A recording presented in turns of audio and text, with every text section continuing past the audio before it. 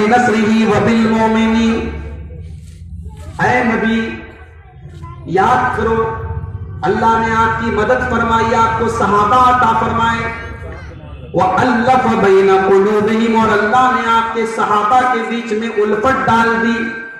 لَوْ أَنفَقْتَ مَا فِي الْأَرْضِ جَمِيعًا مَا أَلَّفْتَ بَيْنَ قُلُوبِهِمْ۔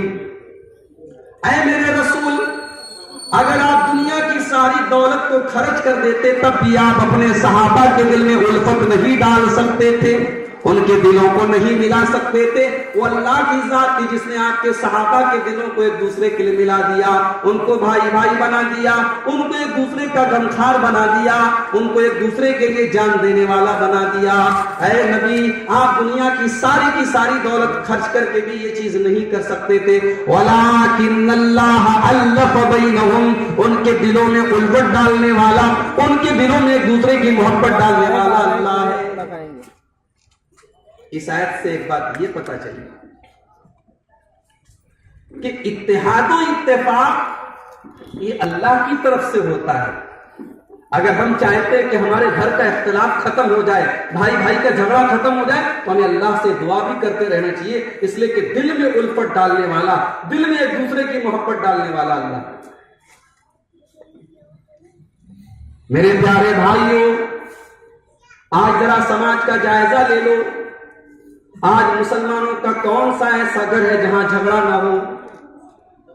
گھر گھر میں جھگڑا ہے، پڑوسی کی پڑوسی سے نہیں بن رہی ہے، بھائی کا بھائی سے مقدمہ چل رہا ہے، باپ اپنے بیٹے سے بات نہیں کر رہا ہے، ماں اور بیٹے میں تو میں ہو رہی ہے، ساس اور بہو میں تکرار ہو رہی ہے، ہر گھر آج جھگڑے اور لڑائی کا گھر بن چکا ہے۔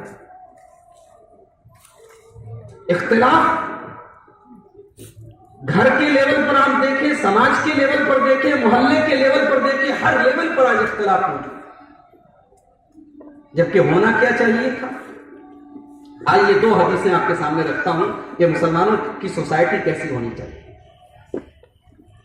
مسلم شریف کی روایت ہے، اللہ کے پیارے نبی صلی اللہ علیہ وسلم فرماتے ہیں، حق المسلم علی المسلم ست، ہر مسلمان کا دوسرے مسلمان پر 6 حق ہے، ہر مسلمان کا دوسرے مسلمان پر 6 ادھیکار ہے، 6 حق ہے۔ نمبر 1، اذا لقیتہ فسلم علیہ، جب بھی تمہارا مسلمان